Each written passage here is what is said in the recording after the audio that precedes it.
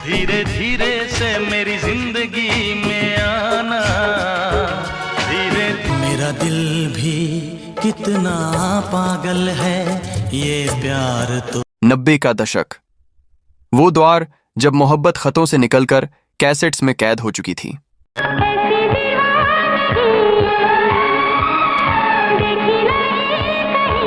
हर मोहल्ले की दुकानों पर, हर ऑटो रिक्शा में, हर कॉलेज कैंटीन में बस एक ही आवाज गूंजती थी, नदीम और श्रवण। तू धरती पे चाहे जहां भी रहेगी। उनकी धुनों ने सिर्फ फिल्में हिट नहीं की, बल्कि एक जनरेशन को मोहब्बत करना सिखाया। धीरे धीरे से मेरी जिंदगी में आना, धीरे धीरे से मेरी जिंदगी में आना, मेरा दिल भी कितना पागल है, मेरा दिल भी कितना पागल है, ये प्यार। ये गाने सुनकर ऐसा लगता था जैसे हर दिल अपनी कहानी बयां कर रहा हो। लेकिन क्या आपको पता है, जिस जोड़ी ने मोहब्बत को जुबान दी, जिसने कैसेट्स की दुकानों को मंदिर बना दिया, उनकी अपनी कहानी एक ऐसी ट्रेजेडी और कंट्रोवर्सी में खत्म हुई जिसे सुनकर आज भी दिल कांप जाता है। 2 रास्तों की एक मंजिल। कहानी की शुरुआत 1973 से होती है। एक तरफ थे नदीम सैफी, जिन्हें बचपन से बिजनेस का माहौल मिला। दूसरी तरफ श्रवण राठौड़, जिनके पिता पंडित चतुर्भुज राठौड़ क्लासिकल संगीत के बड़े नाम थे। बड़ी उदास है जिंदगी, कोई तो साथी। दोनों अलग थे, लेकिन मंजिल एक स्टेज प्रोग्राम में मुलाकात हुई और वहीं कसम खा ली, अब से धुनें बनाएंगे, लेकिन साथ मिलकर। सालों तक छोटी छोटी फिल्मों और टीवी सीरियल्स में मेहनत की, लेकिन पहचान नहीं मिली। 80 का दशक लक्ष्मीकांत प्यारेलाल और बप्पी लाहिरी का था। नदीम श्रवण का नाम कोई जानता ही नहीं था, लेकिन कहते हैं ना, मौका हर किसी को मिलता है, बस इंतजार करना पड़ता है। और उनका वक्त आया 1990 में।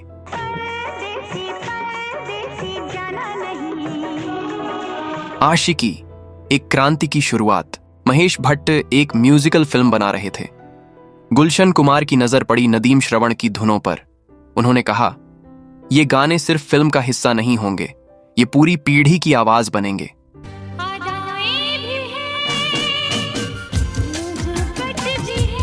और वाकई, जब आशिकी रिलीज हुई तो जैसे पूरा हिंदुस्तान झूम उठा।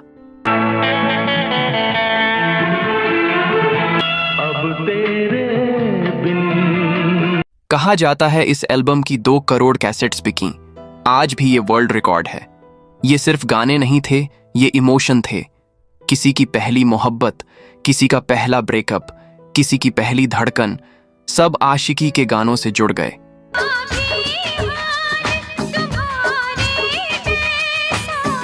और यहीं से शुरू हुआ नदीम श्रवण का सुनहरा सफर।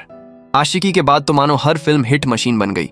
साजन, सड़क, फूल और कांटे, दिल है कि मानता नहीं, दीवाना, हर गाना चार्ट बस्टर। किसी रोज उनसे मुलाकात होगी, किसी रोज तुमसे मुलाकात होगी। उनकी खासियत थी भारतीय साज जैसे शहनाई, सितार और ढोलक को मॉडर्न ट्यून के साथ मिलाना। गाना सुनते ही लगता था दिल को सीधा छू गया। 1996 की राजा हिंदुस्तानी, उसका म्यूजिक इतना पॉपुलर हुआ कि आज भी उसके गाने शादियों में बजते हैं। परदेसी परदेसी उस दौर का एंथम बन गया। 3 साल लगातार फिल्म फेयर अवार्ड जीतना हर डायरेक्टर का सपना बन जाना। नदीम श्रवण अब सिर्फ म्यूजिक डायरेक्टर नहीं थे, वो 90s की आवाज थे। लेकिन रोशनी के साथ साया भी आता है। कामयाबी जितनी ऊंची होती है, विवाद भी उतने गहरे होते हैं। सबसे पहले इल्जाम लगा धुनें चुराने का। लोग कहते थे आशिकी के बहुत सारे सॉन्ग ओरिजिनल नहीं बल्कि कॉपी की हुई धुनें थीं।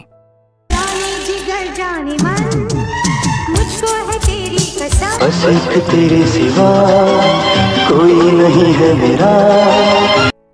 तुम्हें अपना बनाने की कसम एक पाकिस्तानी गाने जैसा है। तुम्हें अपना बनाने की कसम खाई है, तो कट ही जाए। नदीम श्रवण कहते रहे, संगीत के बस 7 सुर हैं, टकराना इत्तेफाक है। लेकिन सवाल उठने लगे, फिर आया अनु मलिक से झगड़ा।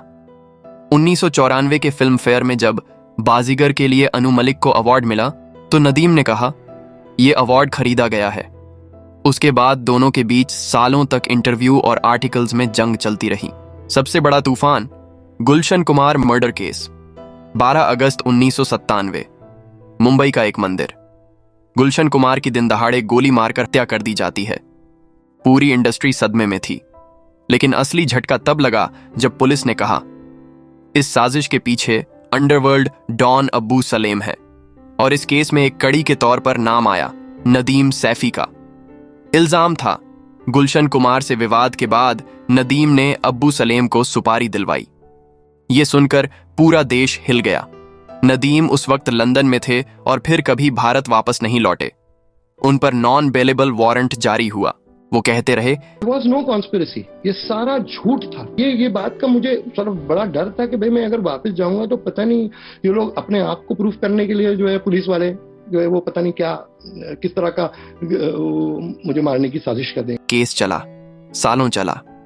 आखिरकार सबूत न मिलने पर उन्हें बरी कर दिया गया, लेकिन भारत सरकार ने वारंट वापस नहीं लिया और उनकी इमेज पर हमेशा के लिए एक दाग लग गया।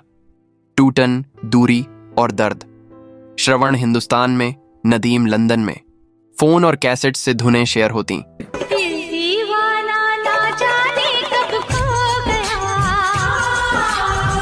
इस बीच भी धड़कन, कसूर, रास जैसी हिट्स आई। दिल ने ये कहा है दिल से, कितनी बेचैन हो के तुमसे मिली। लेकिन वक्त बदल चुका था। नए म्यूजिक डायरेक्टर्स आ रहे थे। पॉप और रीमिक्स का दौर शुरू हो चुका था। 2005 में दोनों ने आधिकारिक तौर पर अपनी राहें अलग कर लीं। श्रवण ने अपने बेटों के करियर में हाथ बंटाया। नदीम ने लंदन से काम करने की कोशिश की, लेकिन वो पुराना जादू कभी लौट कर नहीं आया। 2009 में आखिरी बार डू नॉट डिस्टर्ब के लिए साथ आए, लेकिन वो भी फ्लॉप रहा।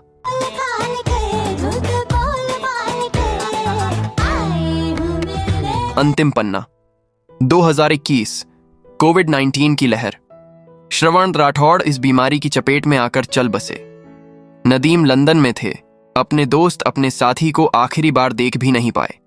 उन्होंने सिर्फ इतना कहा, बीते जी तो हम एक दूसरे का इम्पोर्टेंस जो है वो इतना नहीं समझ में आता है, लेकिन श्रवण के जाने के बाद मतलब मुझे जो एहसास हुआ कि जो ये दिल से दिल जुड़ा हुआ एक मामला था। तो ये थी नदीम श्रवण की कहानी।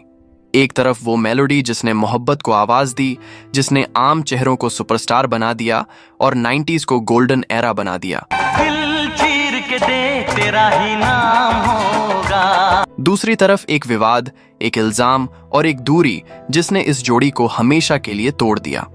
अब सवाल आपसे, क्या हमें नदीम श्रवण को उस जादुई मेलोडी के लिए याद करना चाहिए या उस कंट्रोवर्सी के लिए जिसने उनकी आवाज को हमेशा के लिए खामोश कर दिया? दोस्तों, नदीम श्रवण की कहानी हमें यही सिखाती है कि शोहरत और विवाद दोनों साथ चलते हैं। कभी ये धुनें मोहब्बत की पहचान बन गईं, तो कभी इल्जामों ने इन्हें चुप करा दिया। लेकिन आज जब हम पीछे मुड़कर देखते हैं तो समझ आता है, गाने बदल सकते हैं, लेकिन वो एहसास नहीं बदलते जो किसी धुन ने हमें पहली बार सुनते वक्त दिया था। आप भी सोचिए, क्या हमें इस जोड़ी को उस इल्जाम से याद रखना चाहिए जो शायद सच भी ना था, या फिर उस मेलोडी से जिसने लाखों दिलों को मोहब्बत करना सिखाया? अपनी राय हमें कमेंट में जरूर बताइए। अगर आपको ये कहानी दिल को छू गई हो तो इस वीडियो को लाइक कीजिए, अपने दोस्तों के साथ शेयर कीजिए और चैनल को सब्सक्राइब करना मत भूलिए, क्योंकि बॉलीवुड की ऐसी और अनसुनी कहानियां हम आपके लिए लाते रहेंगे। मिलते हैं अगले वीडियो में एक और दास्तान के साथ। तब तक याद रखिए, धुनें मरती नहीं, धुनें हमेशा जिंदा रहती हैं।